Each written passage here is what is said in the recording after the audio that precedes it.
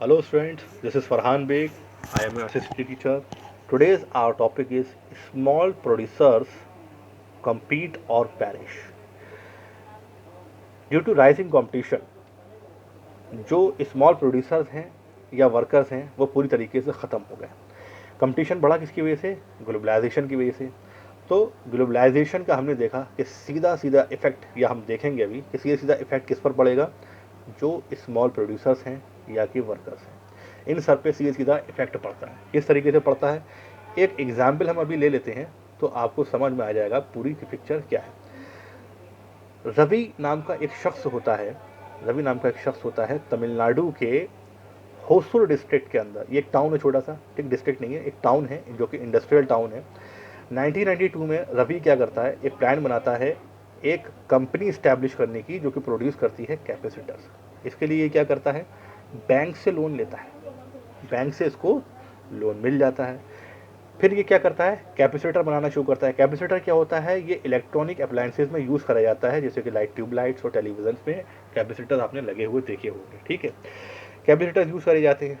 ये अपना काम शुरू करता है, धंधा शुरू करता है अपना, और विद इन 3 ईयर्स ओनली इसका धंधा जो होता है, बिजनेस होता है, काफ़ी फलने फूलने लगता है। इतना एक्सपेंड कर जाता है कि इसके पास 20 वर्कर्स भी काम करने लगते हैं इस छोटे से इंडस्ट्री के अंदर। ज़्यादा बड़ी इंडस्ट्री नहीं होती, छोटी सी होती है, ठीक है। लेकिन सर मुड़ाते ही ओले पड़े, क्या हो जाता है, कैसे ही इसने काम थोड़ा सा चलने लगता है 2000 तक आते आते, फिर वैसे ही क्या होता है, WTO के साथ हमारी जो गवर्नमेंट है वो एक एग्रीमेंट साइन कर लेती है 2001 में। ये एग्रीमेंट क्या होता है, ये एग्रीमेंट ये होता है कि भैया ट्रेड बैरियर्स हटा दो और जो ट्रेड है उसको फ्री कर दो, यानी कि एक्साइज ड्यूटी, इंपोर्ट और एक्सपोर्ट आइटम पर सब कुछ फ्री कर दो। अब इससे क्या होता है, MNCs को मौका मिलता है लोकल मार्केट को कैप्चर करने का। यहाँ पर वो लोकल मार्केट के अंदर, इंडिया के मार्केट के अंदर जस्ट आधी ही दामों पर ऐसे कैपेसिटर्स लॉन्च कर देते हैं जो सिमिलर क्वालिटी के होते हैं जो रवि बनाता था। रवि की इंडस्ट्री, रवि की फैक्ट्री बनाती थी, सिमिलर क्वालिटी के कैपेसिटर यहाँ पे लॉन्च कर देते हैं। अब जो टीवी कंपनीज होती हैं जो कि कैपेसिटर्स यूज़ करती थी, बल्क भारी मात्रा में लेती थी, रवि से खरीदते थे, वो खरीदना शुरू कर देते हैं किससे, MNC से। भाई जब चीज़ आधे दाम और मिल रही है तो कोई डबल कीमत पर क्यों लेगा। इससे होता क्या है, बहुत बड़ा झटका लगता है रवि को, और उसका जो प्रोडक्शन होता है वो जस्ट आधा रह जाता है पहले के मुकाबले। रवि का जो प्रोडक्शन होता है जस्ट आधा रह जाता है पहले के मुकाबले, ठीक है। अब क्या है, जो 20 वर्कर्स इसके पास काम करते थे वो जस्ट 7 रह जाते हैं, ठीक है, आधे से भी कम हो जाते हैं। बहुत बड़ा झटका लगता है रवि को और उसके उन फ्रेंड्स को जो कि हैदराबाद में और चेन्नई में उन सब बिजनेसेस में डील्स कर रहे थे जो स्मॉल स्केल इंडस्ट्रीज़ में आती हैं। लाइक जैसे बैटरी मेकिंग में हो गया, कैपेसिटर में हो गया, प्लास्टिक में, टॉयज़ में, टायर्स में, डेयरी प्रोडक्ट्स में, and vegetable oils are some examples of this, ठीक। इन सब स्मॉल इंडस्ट्रीज़ के अंदर तकरीबन 20 मिलियन लोग, यानी कि अराउंड 2 करोड़ लोग जो हैं वो काम करते हैं इंडिया के अंदर, ठीक है। जो कि एग्रीकल्चर के बाद सबसे बड़ा सेक्टर है जो कि एम्प्लॉयमेंट देता है इंडियन पीपल को, इंडिया के लोगों को, ठीक है।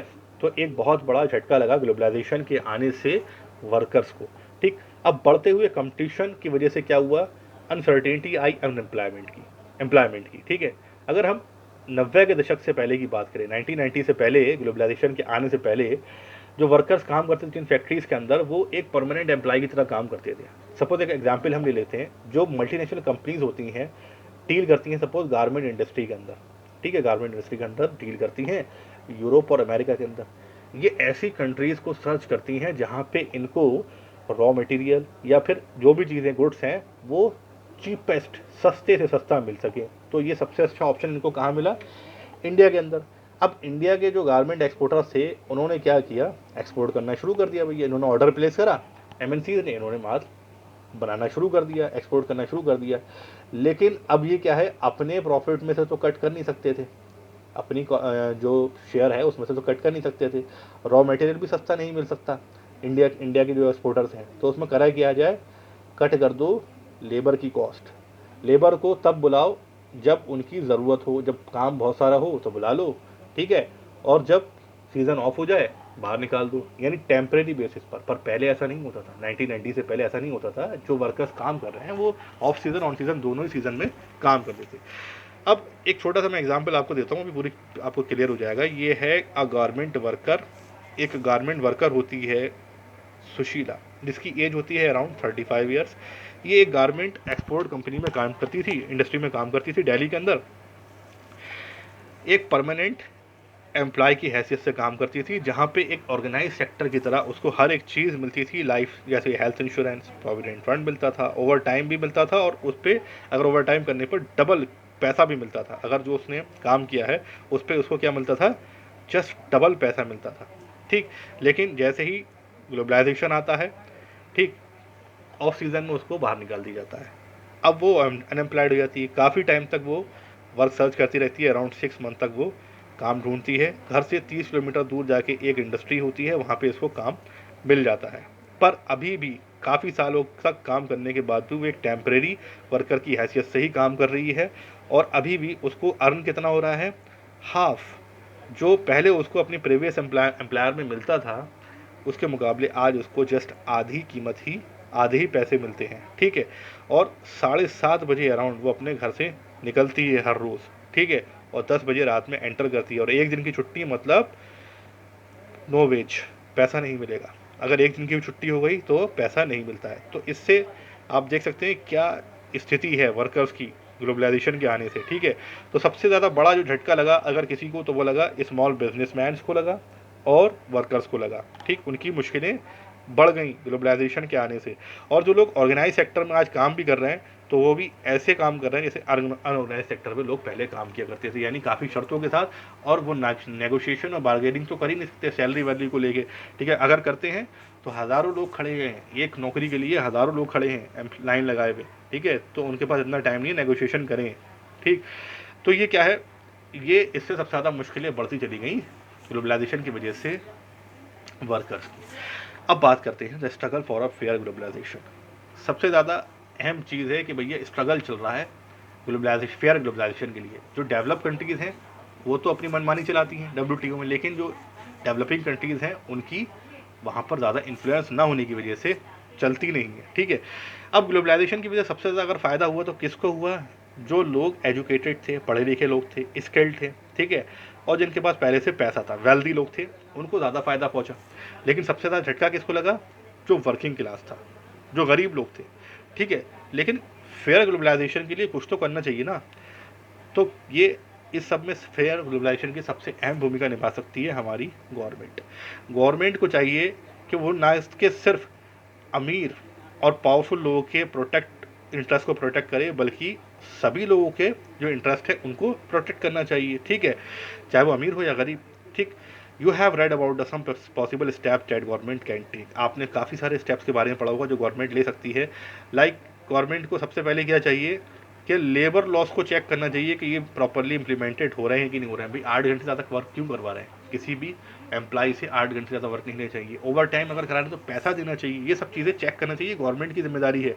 अगर जो छोटे स्मॉल बिजनेस प्रोड्यूसर्स हैं, स्मॉल प्रोड्यूसर्स हैं, तो उनको गवर्नमेंट को फाइनेंशियली सपोर्ट करना चाहिए तब तक जब तक कि उनकी स्थिति, उनकी परफॉर्मेंस सुधर ना जाए, कॉम्पिटिटिव लेवल पर ना आ जाए वो। ठीक है, तब तक उनको सपोर्ट करना चाहिए। अगर ज़रूरत पड़े तो ट्रेड बैरियर्स को हटा भी देना चाहिए, ट्रेड बैरियर्स को लगाना चाहिए for investment, trade and investment barriers को लगाना चाहिए गवर्नमेंट को। ठीक है, अगर ज़रूरत पड़े। और इससे भी बात नहीं बनती तो ये गवर्नमेंट को चाहिए कि वो उन कंट्रीज़ के साथ जो डेवलपिंग नेशंस हैं उनके साथ हाथ मिलाए और एक मोर्चा खोल दे उन कंट्रीज़ के ख़िलाफ़ जो कि WTO में काफ़ी जिनका डोमिनेशन है। ठीक है, और वहाँ से नेगोशिएशन करें। ठीक है, नेगोशिएशन करें WTO को फेयर रूल्स बनाने के लिए। ठीक, तो ये सब होना चाहिए।